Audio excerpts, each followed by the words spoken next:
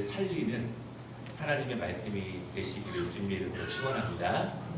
늘 듣는 말씀이지만 우리에게 생명이 되며 우리에게 전환점이 되고 또한 터닝 포인트가 되는 그러한 말씀으로 하나님께서 이 시간 우리에게 함께 하시기를 간절히 기도합니다. 스티븐 스필버그 감독이 만든 영화 가운데에서 이 라이언 일병 구하기라고 하는 영화가 있는데요. 이것은 실화를 바탕으로 한 영화입니다.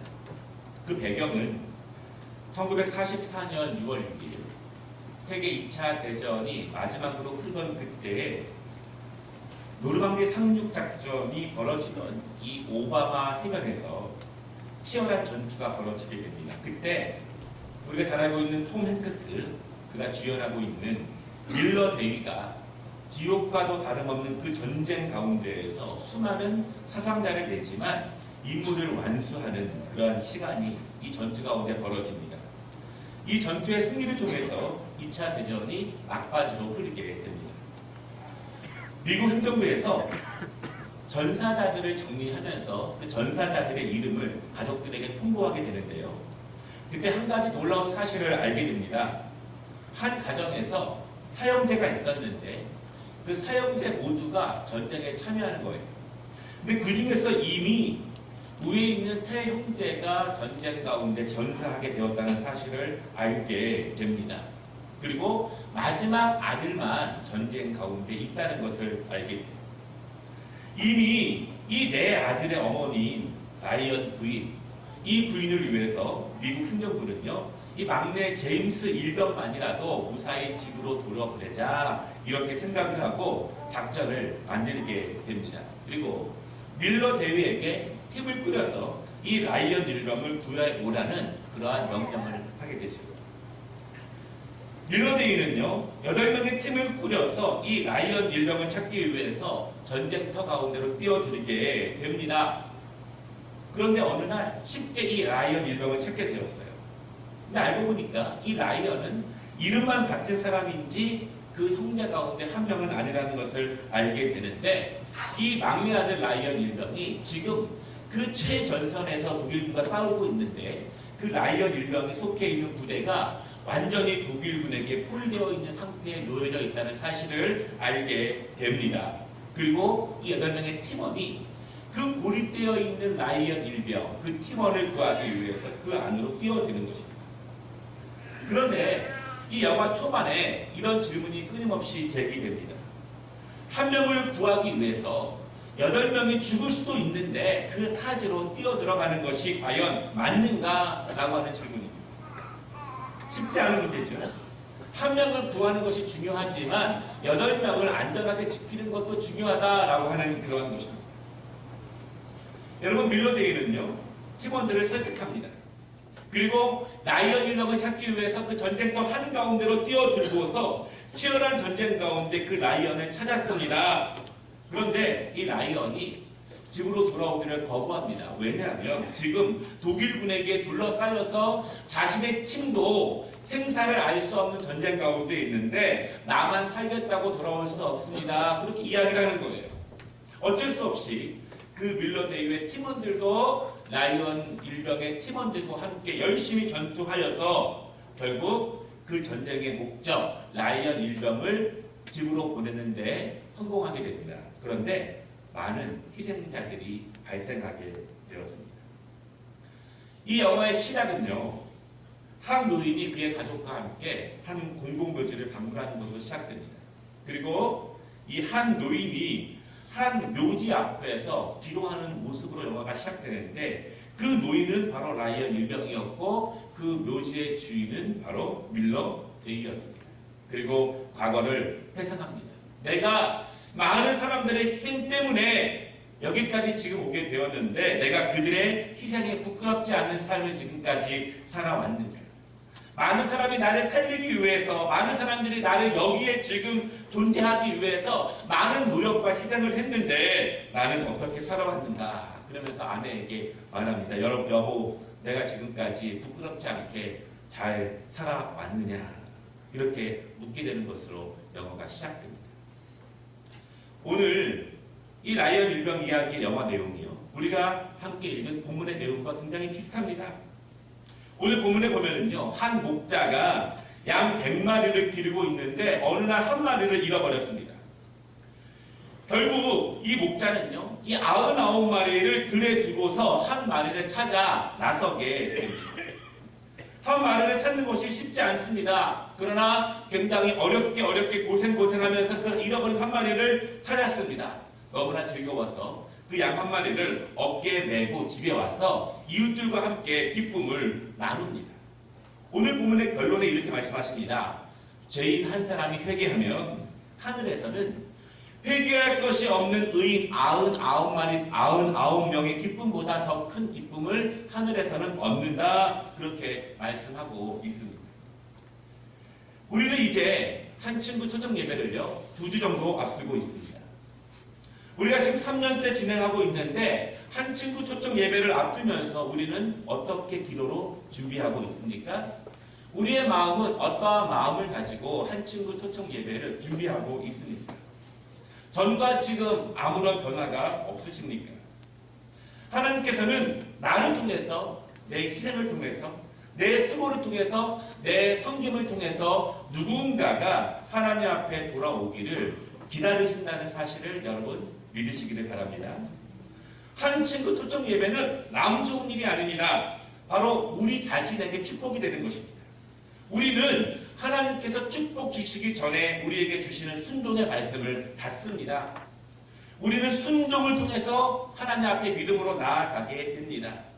한 친구 초청 예배는 하나님이 나를 통해서 내 친구, 내 이웃을 구원하기 원하신다고 명령하시는데 나는 그 축복의 말씀을 하나님의 명령으로 받고 있는가? 나는 그 축복을 받기 위해서 내 전심으로 나아가고 있는가? 나의 충성과 나의 순종과 나의 축복을 실험할 수 있는 그 예배가 한 친구 초청 예배가 될 것입니다. 또한 하나님은 그 잃어버린 한 친구가 하나님께 돌아올 때 하나님은 크게 기뻐하시고 그 큰 기쁨의 은혜를 우리 모두에게 주신다는 사실을 여러분 믿으시기를 바랍니다. 한 친구 초청 예배를요, 부담으로 받지 마시고 책임감으로 받지 마시고 축복의 기회와 순종의 기회와 하나님이 나를 통해서 크게 기뻐하시는 은혜의 시간으로 받으시기를 주님의 이름으로 축원합니다. 오늘 말씀을 통해서 하나님은 잃어버린 한 영혼에 대해서 어떻게 이해하고 계시는가, 그리고 그 말씀이 나에게 어떠한 의미가 되는가를 우리가 함께 말씀을 통해서 나눠보려고 합니다. 첫째는요, 1% 정도의 손실은 괜찮은가, 이런 문제입니다. 사업을 하시는 분이 이렇게 말합니다. 목사님, 사업을 하다 보면, 물건을 만들다 보면 얼마간의 손실은 어쩔 수 없이 감당해야 합니다. 이렇게 말해요. 사업을 하다 보면은요, 손실을 어쩔 수 없이 감당할 때가 있다는 것입니다. 사업가의 마인드로 오늘 말씀을 보면 오늘 목자는요, 1%의 손실을 입은 것입니다. 여러분, 목주가 또 사업입니다. 양들을 잘 길러서 재산상의 이득을 얻고 원하는 부를 이루기 위해서 목자들이 양을 열심히 돌보고 열심히 일을 합니다. 도자기를 만드는 도공이 정성을 들여서 그릇을 만듭니다. 그런데 원하는 대로 그릇이 만들어지지 않으면 어쩔 수 없이 버릴 때가 있습니다. 정성을 다해 만들어도 어쩔 수 없이 버릴 때가 있다라고 하는 것이죠. 사업적인 마인드로 보면 100마리 양을 기르다가 어쩔 수 없이 한 마리 정도를 잃어버렸다면 그것을 감수할 수 있다라고 하는 것이 오늘 본문의 또 다른 해석일 수 있습니다. 여러분, 그런데 오늘 성경은 다르게 이야기합니다. 4절 말씀을 보면요, 그 중에 하나를 잃으면 99마리를 들에 두고 그 잃은 것을 찾아내기까지 찾아다니지 아니하겠느냐, 이렇게 말씀하고 계십니다. 이 말씀을 보면 오늘 이 잃어버린 양에 대한 이야기는 사업적인 마인드나 경영적인 논리로 이해할 수 없고 그렇게 해석하면 안 된다라고 하는 것을 우리에게 알려줍니다. 오늘 본문은요, 1%의 손실이라도 인정하지 않겠다, 1%도 포기할 수 없다, 이렇게 우리에게 강조하고 있는 것입니다. 99마리를 들에 두고서라도 한 마리를 절대 포기할 수 없다, 이것이 오늘 본문의 중요한 내용이에요. 여러분, 이것은 세상 사람들의 생각과는 많이 다릅니다. 보통 세상 사람들은요, 100개를 다 가지면 좋지만 몇 개를 잃어버리면 그것은 감수해야 한다, 이렇게 생각하는 경우가 많습니다. 라이언 일병 구하기에 그 영화를 우리는 감동 있게 봅니다. 그런데 그 한 명을 구하기 위해서 8명이 나아가야 하는데 8명 가운데 내가 포함되어야 한다면, 내 자식이 8명 가운데 포함되어야 한다면 그 영화를 기쁘게만 볼 사람은 별로 없어요. 내가 이 영화를 나와 관계없는 모습으로 바라보게 되면 감동받을 수 있지만, 내가 8명 가운데 1명이라면, 내 자식이 8명 가운데 1명이라면 보낼 부모가 어디 있겠습니까? 세상 사람들의 마음은요, 일반적인 마음은 오늘 성경의 마음과 조금 다른 것이 사실입니다. 많은 사람들은요, 많은 사람들과 교제를 하지만 시간이 지남에 따라서 사람들을 구분하기 시작합니다. 우리가 그 사람들과 싸우거나 적대시하지는 않습니다. 그러나 마음속으로는 구별을 합니다. 내가 함께 할 사람, 아니면 내가 멀리 할 사람, 내가 정말 가까이 두어야 할 사람들, 아니면 내가 포기할 사람들, 이렇게 구별해요. 왜 그러냐면 우리는 모두가 친하게 지나고 모두가 즐겁게 지내기를 원하지만 그것이 불가능하다는 것을 금방 알게 됩니다.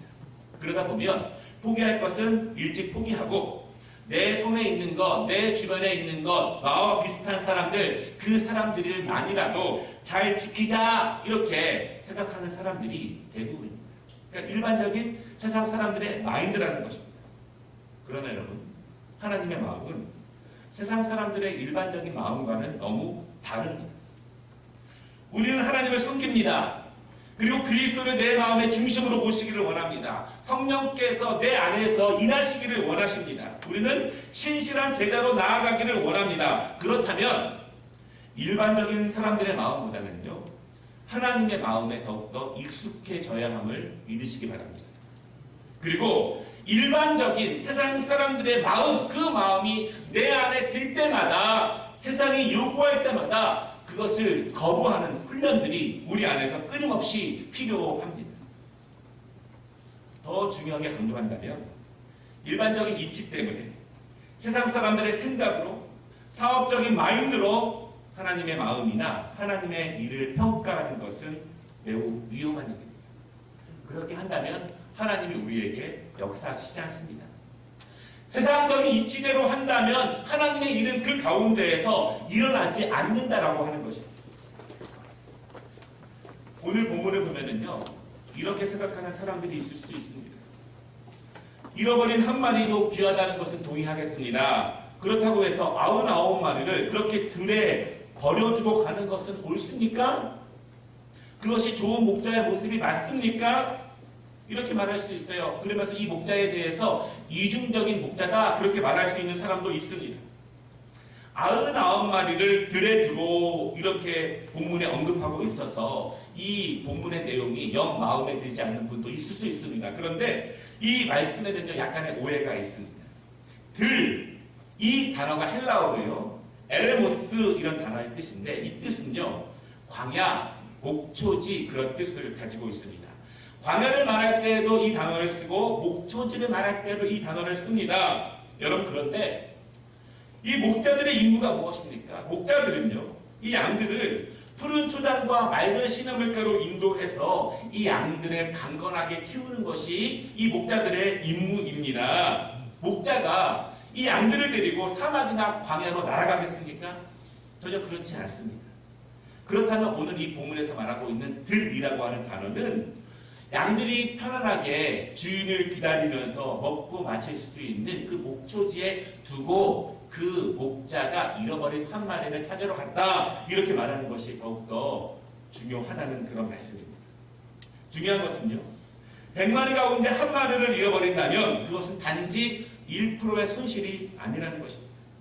세상 사람들과 믿음이 없는 사람들은 그렇게 생각할 수 있습니다. 하나쯤 포기할 수 있습니다. 그렇게 말합니다. 그러나 그것은 하나님의 마음이 아니라는 것입니다.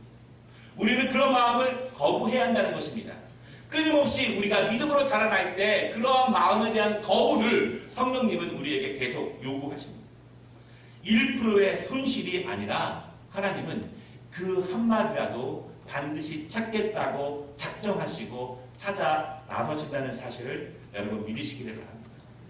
우리가 한 친구 초청 예배를 준비하면서 그것이 우리 교회에서 나와 무슨 상관이 있느냐, 나는 학생인데, 나는 청년인데 나와 무슨 상관이 있느냐, 그것이 아니라 하나님의 마음을 헤아릴 수 있는, 하나님의 뜻을 헤아릴 수 있는 우리에게 주시는 축복의 시간이라는 것을 여러분 믿으시기를 바랍니다. 두 번째, 이 말씀을 통해 볼 수 있는 것은요, 한 마리가 그렇게 귀한가? 라고 하는 것입니다. 성경에는 양에 대한 이야기가 정말 많습니다. 성경 읽는 사람들에게 가장 친숙한 동물이 무엇이냐라고 물어본다면 양을 이야기할 수가 있습니다. 그 이유가 무엇입니까? 성경에서는요, 양을 귀한 존재로 설명할 때가 있고 연약한 존재로 설명할 때도 있습니다. 무엇보다 예수님에 대해서 설명할 때 어린 양으로 표현합니다. 그래서 세상의 모든 죄를 지고 가는 어린 양, 이렇게 말씀합니다. 이스라엘의 죄, 모든 우리의 죄를 지고 가는 이 번제의 제물로 바쳐지는 흠없는 어린 양의 모습을 예수님의 모습으로 그릴 때가 있습니다. 성경은 또한 양을 우리와 같다 그렇게 말합니다. 여호와는 우리의 목자 되시고 그분께서 양 같은 우리들을 푸른 초장과 맑은 시냇물가로 인도하십니다. 양을 우리의 모습으로 우리가 생각할 때가 있습니다. 여러분, 그런데요, 성경에서 양에 대한 말씀이 많이 나오는데 우리가 오늘 본문과 연관 지어서 주의 깊게 보아야 될 말씀이 있는데 요한복음 10장 3절로 5절 말씀입니다. 문지기는 그를 위하여 문을 열고 양은 그의 음성을 듣나니 그가 자기 양의 이름을 각각 불러 인도해야 되느니라. 자기 양을 다 내놓은 후에 앞서 가면 양들이 그의 음성을 아는 거로 따라오되 타인의 음성은 알지 못하는 거로 타인을 따르지 아니하고 도리어 도망하느니라. 이렇게 말씀합니다. 이 말씀에서 양에게, 목자에게 중요한 특성이 있는데요. 첫째는 양에게는 각각의 이름이 다 있다라고 하는 것입니다. 그리고 목자는 각각의 그 양의 이름을 부릅니다. 여러분, 양을 몇 마리쯤 기르면 이름을 지어줄 수 있고 이름을 기억해서 부를 수 있겠죠. 그런데 한 100마리쯤 되면 그 이름을 다 지어서 그 양들을 다 알아보고 이름을 부를 수 있을까요? 쉬운 일이 아닙니다. 그런데 이스라엘의 목자들은요, 그 양들에게 이름을 지어주고 그 이름을 부른다고 하는 것입니다. 제 친구 가운데 네덜란드 친구가 있는데요, 한스라고. 그 친구가 자녀가 9명이에요. 저보다 불과 몇 살밖에 안 많아요. 그런데 그 전에 그 집에 갔는데 그 자녀들을 소개하는데 뭐라고 소개하냐면 넘버 1, 넘버 2, 넘버 3 그렇게 소개하더라고요. 물론 농담으로 그랬지만 쉽지 않은 일입니다. 오늘 말씀에 보면은요, 목자는 양들에게 이름을 지어줍니다. 더 중요한 것은 양들은 그 목자의 음성을 안다는 것입니다. 100개의 양들이 각각의 목자의 음성을 알고 목자를 따라갑니다. 다른 사람의 목자의 음성은 듣지 않고 거부하고 도망갑니다. 여러분, 다른 양은요, 목자의 음성을 알아봅니다. 누가 나를 푸른 초장으로 인도할지, 누가 나를 먹일지를 안다는 것입니다. 여러분, 그렇다면 이스라엘 백성들에게, 이 목자들에게 양은 그냥 양은 아닙니다. 이름이 있고 존재가 있고 그 목소리를 알고 함께 따라가고 함께 산다면 이 100마리 중에서 하나쯤 잃어버리면 그렇게 생각할 수 있는 양은 아니다라고 하는 것을 우리가 보게 됩니다. 이 요한복음 말씀에서 우리가 볼 수 있는 두 번째 것은요, 목자들에게 양은 단순히 재산이 아니라 양들은 자식이고 자녀이다라고 하는 것입니다. 목자들은 이 양들을 먹이기 위해서 푸른 초장과 맑은 시냇물가로 인도하는 사명이 있습니다. 양들이 때로는 거부해도, 가기를 싫어해도 그 양들에게 생명이 되는 푸른 초장과 맑은 시냇물가로 인도합니다. 자식이 10명 있으면, 자식이 20명이 있으면 아깝지 않은 자식들이 한 명쯤 있을까요? 10손가락 깨물어서 안 아픈 손가락이 있을까요? 10명의 자식을 가진 어머니가 한 명쯤 잃어버렸다고 해서 그래도 9명이 있으니 괜찮다 이렇게 말할 수 있는 어머니가 있을까요? 재산이라면, 물건이라면 하나쯤 잃어버릴 손실을 인정할 수 있고 마음의 위안을 가질 수 있지만, 내 자식이라면, 내 생명이라면 잃어버렸다고 해서 한 마디를 그냥 둘 수 없다라고 하는 것을 여러분 믿으시기를 바랍니다. 그래서 이 목자는 한 마리 양을 찾아서 나서는 거예요. 오늘 본문을 보면은요, 그 잃어버린 양을 찾는 것이 쉽지가 않아요. 힘든 과정들이 있습니다. 산을 넘을 수도 있고 계곡에 내려갈 수도 있습니다. 높은 절벽에 올라가야 할 수도 있습니다. 여러분, 잃어버린 양을 찾기 위해서 단순히 몇 번 기도하면 내 눈앞에 나타날까요? 그렇지 않습니다. 옆집에 몇 번 문을 두들기면서 잃어버린 내 양을 봤냐고 몇 번 물어보면 내 양을 찾을 수 있을까요? 그렇지 않습니다. 찾기까지 가시 덤불도 제치고 나가야 하고 깊은 강을 건널 수도 있고 뜨거운 사망을 걸어야 할 수도 있습니다. 왜냐하면 재산이 아니라 그것은 내 자식 같은 존재이고 이름이 있는 존재이기 때문에 그 한 양을 찾기까지 목자는 그러한 수고를 하게 됩니다. 왜 그렇게 찾아 나서야 할까요? 왜 목자는 서둘러서 빨리 가야 할까요? 왜 그렇게 열심히 찾아 나서야 하는가? 여러분, 그것은요, 목자가 빨리 나서지 않으면, 서두르지 않으면, 목자가 게으르면 그 양은 목숨을 잃어버릴 수도 있습니다. 절벽에 떨어져 죽을 수도 있고 들 짐승에게 찢길 수도 있고 떠돌아다니다가 굶어 죽은 그 모습을 발견할 수도 있습니다. 그렇기 때문에 목자는 서둘러서 열심히 힘껏 그 양을 찾아 나서야 합니다. 3절에 보면은요, 그 한 마리 양에 대해서 뭐라고 말하냐면 잃어버린 양, 잃은 양 이렇게 말하는데요. 그 잃었다라고 한 뜻이 헬라어에 보면 아폴루미 이런 뜻인데, 이 뜻은요, 파괴하다, 목숨을 빼앗다, 파멸시키다, 못쓰게 하다 그런 뜻입니다. 단순히 길을 이어서 잃어버린 것이 아니라 조금만 지체하면 생명을 잃어버릴 수밖에 없는 약한 존재이다. 이것이 잃어버린 어린 양에 대한 그 의미입니다. 그래서 이 목자는요, 이 한 양을 찾기 위해서 찾고 열심히 노력하며 힘써 나아갑니다. 여러분, 하나님이 이 목자의 마음을 축복하시지 않겠습니까? 하나님의 축복은 다른 데서 오는 것이 아닙니다. 우리는 모두 하나님의 축복을 받기를 원하고 하나님의 풍성한 은혜를 받기를 원하고 하나님이 나를 세워주기를 원하고 나를 높여주시기를 원합니다. 하나님이 지금 나 안에 있는 강력한 문제들을 해결해 주시기를 원합니다. 그 축복은 하나님의 마음을 기쁘게 해드릴 때, 하나님의 마음에 합해질 때 우리에게 임하게 됩니다. 하나님은 우리에게 이러한 축복의 기회를 한 친구 초청 예배를 통해서 주신다는 사실을 여러분 믿으시기를 바랍니다. 하나님은 모든 하나님의 자녀들이 이런 목자가 되기를 원하고 이러한 마음을 갖기를 원합니다. 하나님께서 이 어린 양에 대하는 다윗의 마음을 크게 기뻐하셨습니다. 한 마리의 양을 대하는 다윗의 마음을 보시고 그의 태도를 보시고 그를 축복하십니다. 그리고 그를 세우시기로 결정하십니다. 여러분, 다윗의 마음을 보십시오. 그가 골리앗과 맞서 싸울 때 어린 나이였습니다. 그가 이렇게 고백합니다.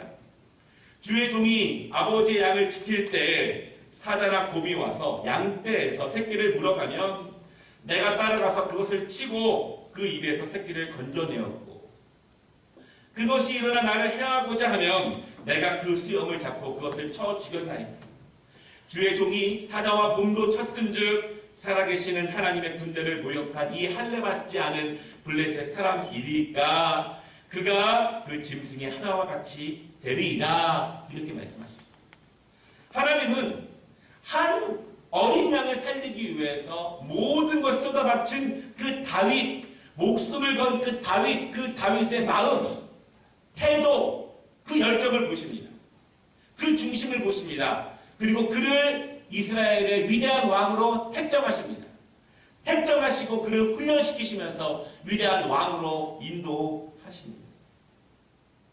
공과 맞서 싸우고 사자와 맞서 싸웁니다. 왜 그렇게 싸웠습니까? 왜 그렇게 내 목숨을 아까워하지 않게 싸웁니까? 그 양을 위해서. 그 양은 내 자식이기도 하지만 하나님께서 그에게 맡기신 양이기 때문에, 내가 책임져야 될 양이기 때문에 그렇게 싸웁니다. 다윗이 지체했다면 그 양은 생명을 이미 잃었습니다. 다윗은 안전할지 모르지만 그 양은 이미 죽게 됩니다. 다윗에게는 한 양이지만 하나님은 그 마음을 보고 그를 세우시고 그를 높이신다라고 하는 것입니다. 하나님의 사랑에 대한 우리의 마음을 무엇으로 증명할 수 있습니까? 하나님을 사랑합니다. 무엇으로 증명할 수 있겠습니까? 하나님이 우리의 눈에 보여주시는, 내 마음에 감동 주시는 그 양을 통해서 하나님이 우리의 마음을 보시라는 사실을 여러분 믿으시기를 바랍니다. 종업원 같은 마음으로 양을 지킨다고 하면 하나님이 축복하시지 않습니다. 남의 자식 돌보듯이 그 양을 지킨다고 하면 하나님이 기뻐하지 않습니다. 이웃집 자식 찾듯이 잠시 돌봐주듯이 그렇게 양을 돌보시면 하나님은 그 목자를 절대로 사용하시지 않습니다. 오늘 5절 말씀을 보면은요, 목자가 마침내 그 양을 찾았습니다. 그리고 그 두 어깨에 메고 즐겁게 집으로 돌아옵니다.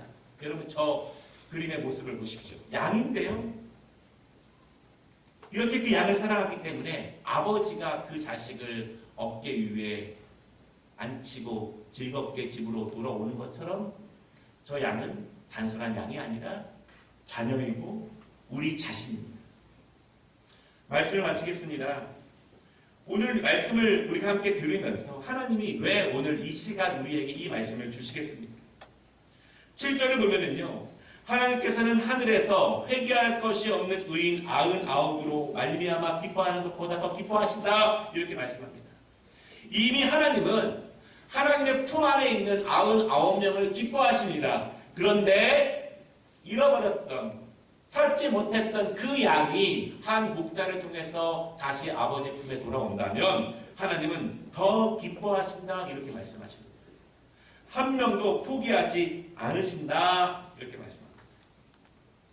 우리가 한 친구 초청 예배를 준비하고 있습니다. 나를 통해서 하나님의 마음을 헤아리는 나를 통해서 하나님의 마음으로 한 그 잃어버린 양을 찾아 헤매서 집으로 돌아오는 나를 통해서 그 양이 아버지의 품으로 돌아온다면 하나님이 기뻐하신다는 사실을 여러분 믿으시기를 바랍니다. 그 마음을 갖도록 우리는 더욱더 기도해야 하는 것입니다. 그리고 그 마음속에서 하나님이 오늘 나에게 말씀하시는 내 가족 중에, 내 친구 중에, 내 이웃 중에 그 하나님이 기다리시는 그 양을 하나님께로 인도하신다면 그것이 우리에게 축복의 시간이 된다는 사실을 여러분 믿으시기를 바랍니다. 한 친구 초청 예배는 내가 축복받는 시간입니다. 믿으시기 바랍니다. 내 친구가 하나님의 자녀가 되는 은혜의 시간입니다.